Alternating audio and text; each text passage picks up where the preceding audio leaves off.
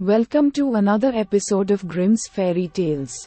Today, we'll be telling the story of the Golden Bird. This classic tale is about a young prince who sets out to catch a golden bird that is stealing the king's apples. Along the way, he meets a helpful fox who helps him on his quest. The prince eventually succeeds in catching the bird, but his two older brothers are jealous and try to kill him. However, the fox saves the prince and helps him to marry the princess. In the end, the prince and princess live happily ever after. This story is a classic example of the hero's journey. The prince starts out as an ordinary young man, but he goes on a journey of self-discovery and growth. He learns to trust his instincts and to follow the advice of wise mentors. In the end, he is rewarded for his courage and determination.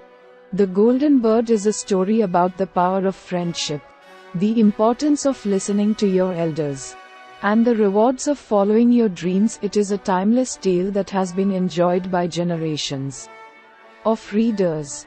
So sit back, relax, and let's enjoy the story of the Golden Bird. The Golden Bird. A certain king had a beautiful garden. And in the garden stood a tree which bore golden apples. These apples were always counted. And about the time when they began to grow ripe, it was found that every night one of them was gone.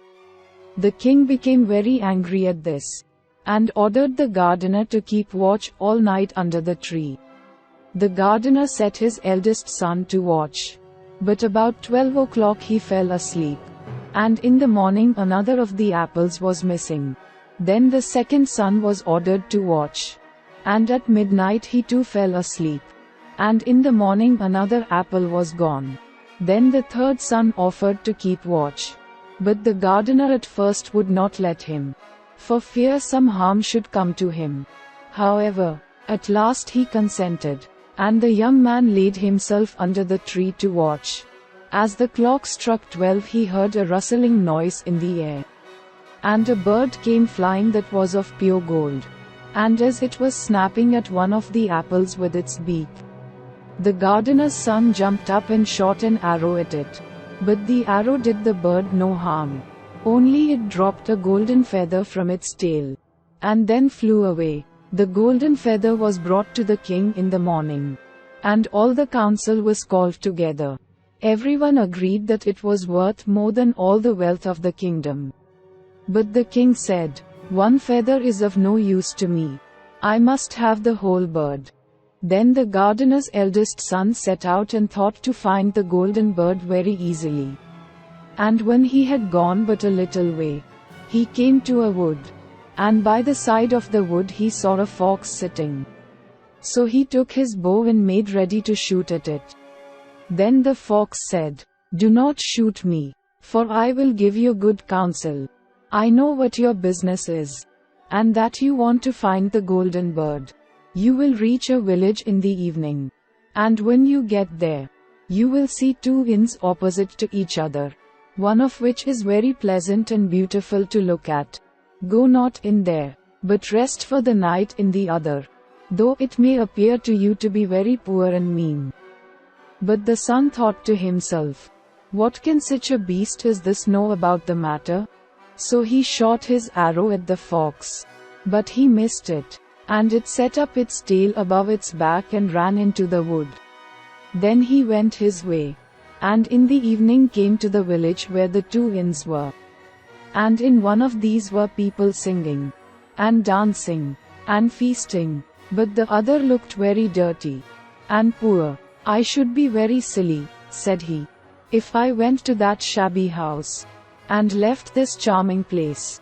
So he went into the smart house, and ate and drank at his ease, and forgot the bird, and his country too. Time passed on, and as the eldest son did not come back, and no tidings were heard of him, the second son set out, and the same thing happened to him. He met the fox, who gave him the good advice. But when he came to the two inns, his eldest brother was standing at the window where the merrymaking was, and called to him to come in. And he could not withstand the temptation, but went in, and forgot the golden bird and his country in the same manner. Time passed on again, and the youngest son too wished to set out into the wide world to seek for the golden bird. But his father would not listen to it for a long while. For he was very fond of his son, and was afraid that some ill luck might happen to him also, and prevent his coming back. However, at last it was agreed he should go, for he would not rest at home. And as he came to the wood, he met the fox, and heard the same good counsel. But he was thankful to the fox, and did not attempt his life as his brothers had done. So the fox said, "Sit upon my tail, and you will travel faster." So he sat down, and the fox began to run.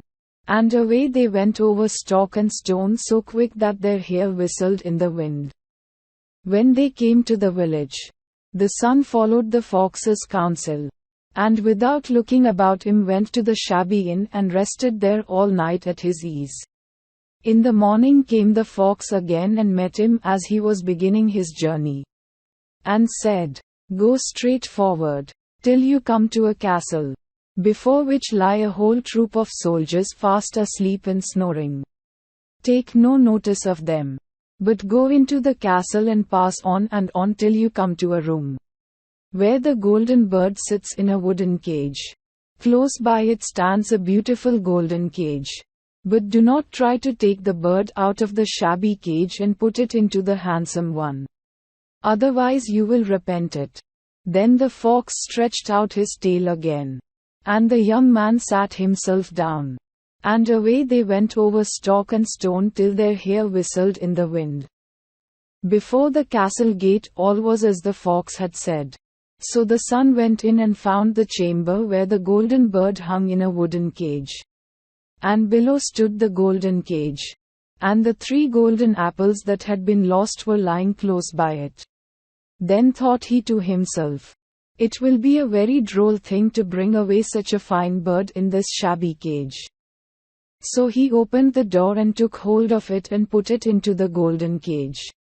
But the bird set up such a loud scream that all the soldiers awoke, and they took him prisoner and carried him before the king. The next morning the court sat to judge him, and when all was heard, it sentenced him to die, unless he should bring the king the golden horse which could run as swiftly as the wind. And if he did this, he was to have the golden bird given him for his own. So he set out once more on his journey, sighing, and in great despair, when on a sudden his friend the fox met him, and said, "You see now what has happened on account of your not listening to my counsel. I will still, however, tell you how to find the golden horse. If you will do as I bid you, you must go straight on till you come to the castle where the horse stands in his stall. By his side will lie the groom fast asleep and snoring. Take away the horse quietly, but be sure to put the old leathern saddle upon him, and not the golden one that is close by it." Then the son sat down on the fox's tail, and away they went over stock and stone till their hair whistled in the wind. All went right, and the groom lay snoring with his hand upon the golden saddle. But when the son looked at the horse, he thought it a great pity to put the leathern saddle upon it. "I will give him the good one," said he. "I am sure he deserves it."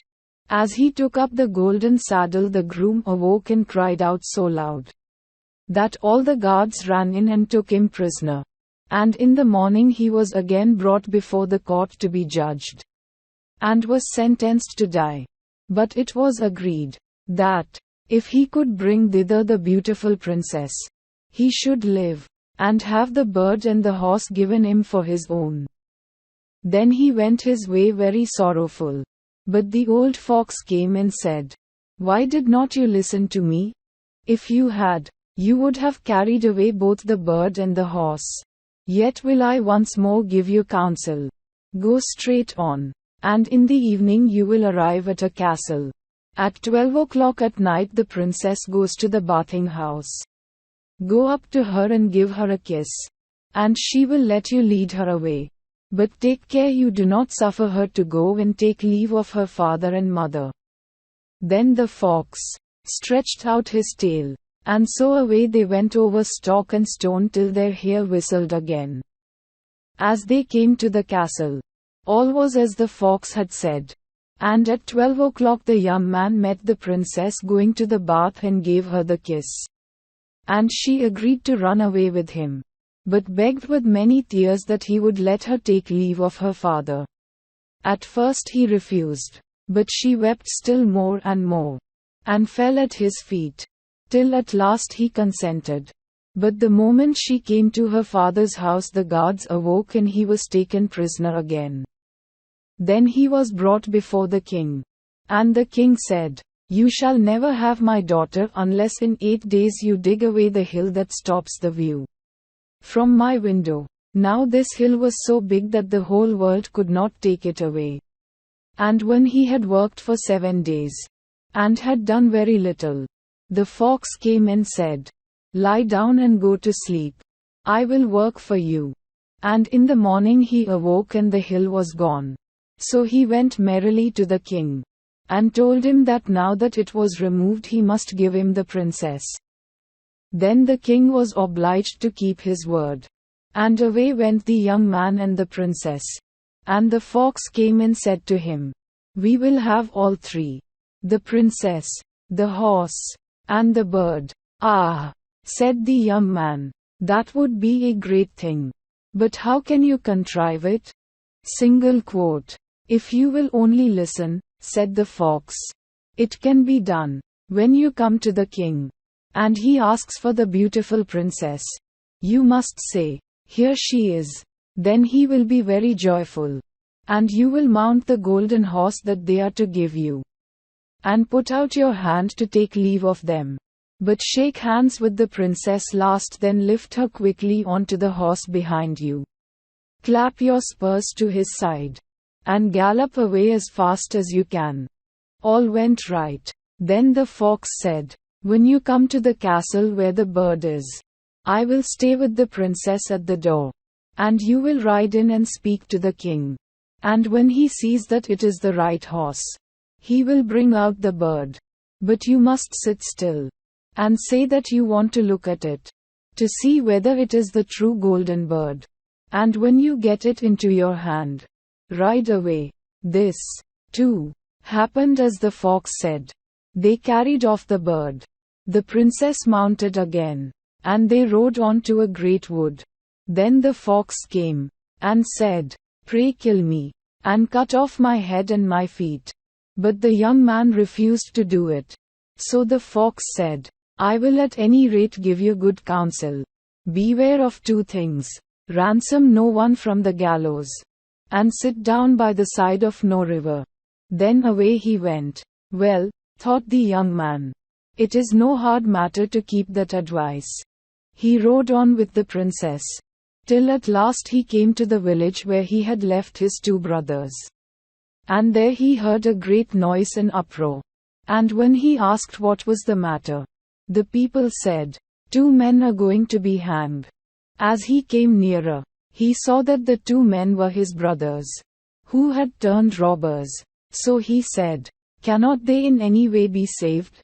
But the people said, "No, unless he would bestow all his money upon the rascals and buy their liberty." Then he did not stay to think about the matter, but paid what was asked. And his brothers were given up, and went on with him towards their home. And as they came to the wood where the fox first met them, it was so cool and pleasant that the 2 brothers said, "Let us sit down by the side of the river, and rest a while, to eat and drink." So he said, "Yes," and forgot the fox's counsel, and sat down on the side of the river. And while he suspected nothing, they came behind, and threw him down the bank, and took the princess, the horse, and the bird, and went home to the king their master, and said, "All this have we won by our labor." Then there was great rejoicing made. But the horse would not eat, the bird would not sing, and the princess wept. The youngest son fell to the bottom of the river's bed. Luckily it was nearly dry. But his bones were almost broken. And the bank was so steep that he could find no way to get out. Then the old fox came once more. And scolded him for not following his advice. Otherwise no evil would have befallen him. Yet, said he, I cannot leave you here. So lay hold of my tail and hold fast. Then he pulled him out of the river. And said to him, as he got upon the bank, your brothers have set watch to kill you, if they find you in the kingdom. So he dressed himself as a poor man, and came secretly to the king's court, and was scarcely within the doors when the horse began to eat, and the bird to sing, and the princess left off weeping. Then he went to the king, and told him all his brothers' roguery, and they were seized and punished. And he had the princess given to him again. And after the king's death he was heir to his kingdom. A long while after, he went to walk one day in the wood. And the old fox met him, and besought him with tears in his eyes to kill him, and cut off his head and feet. And at last he did so. And in a moment the fox was changed into a man, and turned out to be the brother of the princess, who had been lost a great many years.